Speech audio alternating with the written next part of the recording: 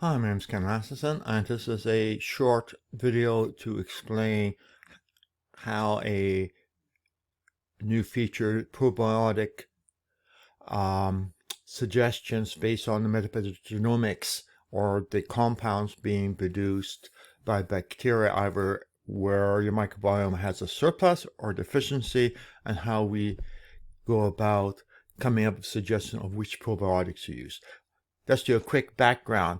Here is a condition with 1,300 samples, and when we go down and we take a look through there, we notice that there's practically never agreement from different labs as to which bacteria are involved. And that comes back to the taxonomy nightmare before Christmas. Every lab does their own thing, same data file coming from a machine, going to 97 different labs, we'll get 97 different answers and 97 different associations, which means who knows what's going on, to put it mildly. And I've done a blog post about the microbiome test obfuscating the microbiomes, and we go through. But what happens is when we get down to compounds, we see, voila, we see agreement between the tests.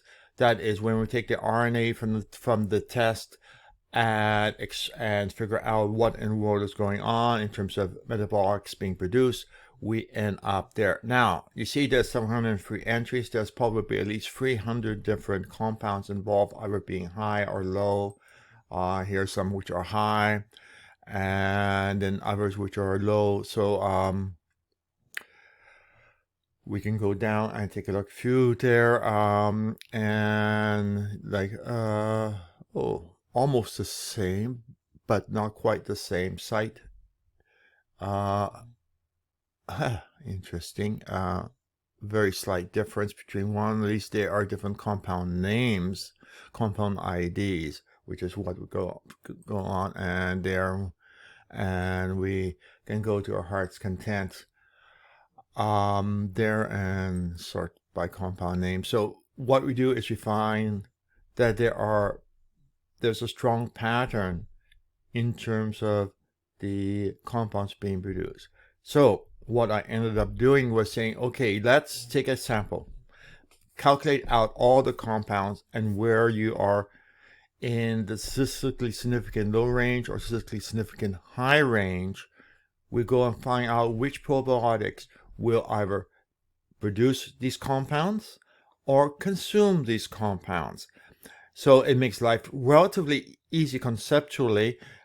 The computations behind it is a slightly more challenge. So over here I've logged in, and with the new UI, what we do is we go down to this one, the probiotics there, and we can now take a sample and say, okay, let's do it just on, I just want to get the compounds I am low in to get suggestions are, and you click here. And after a few days, it comes back and identifies the bacteria and which ones are the best producers. However, that may not always be what you want. You may want to say, okay, I want you to reduce those which I'm high in. These are the probiotics, the bacteria that would consume those. And we go over here. And there, guess what? E. coli was on the other one about number 3, and it's here at the top one. So it seems to be a good one. So let's do both of them together.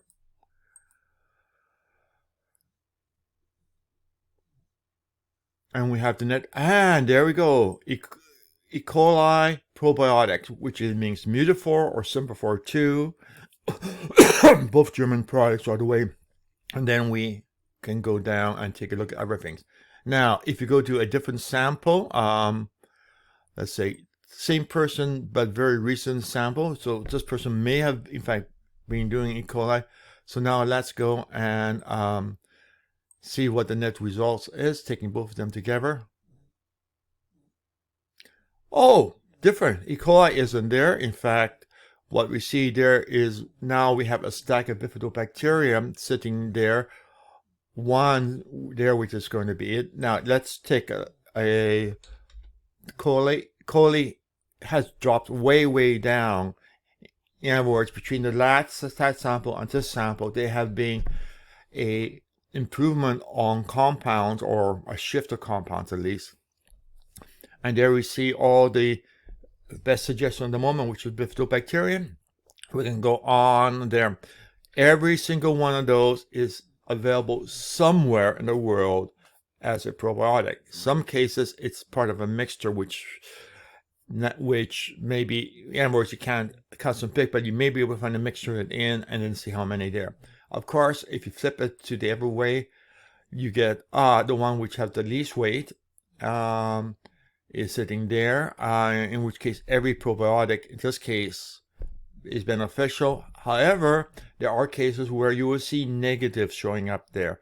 And you can see here all the lactobacillus are relatively low benefit compared to the high benefit ones. So that's basically it. It's a very short, crisp saying how are we getting why are we doing it? It's because we find that this pattern is so extremely statistically strong that it was worth putting in the effort to code our algorithm to produce explicit probiotics based on your particular example. So these are not based on you having a condition. These are based on what your actual microbiome. So it doesn't matter what conditions you have or what symptoms you have. This is strictly from the microbiome data. Okay, so enjoy, have fun. And of course, the site is microbiomeprescription.com, and go to it.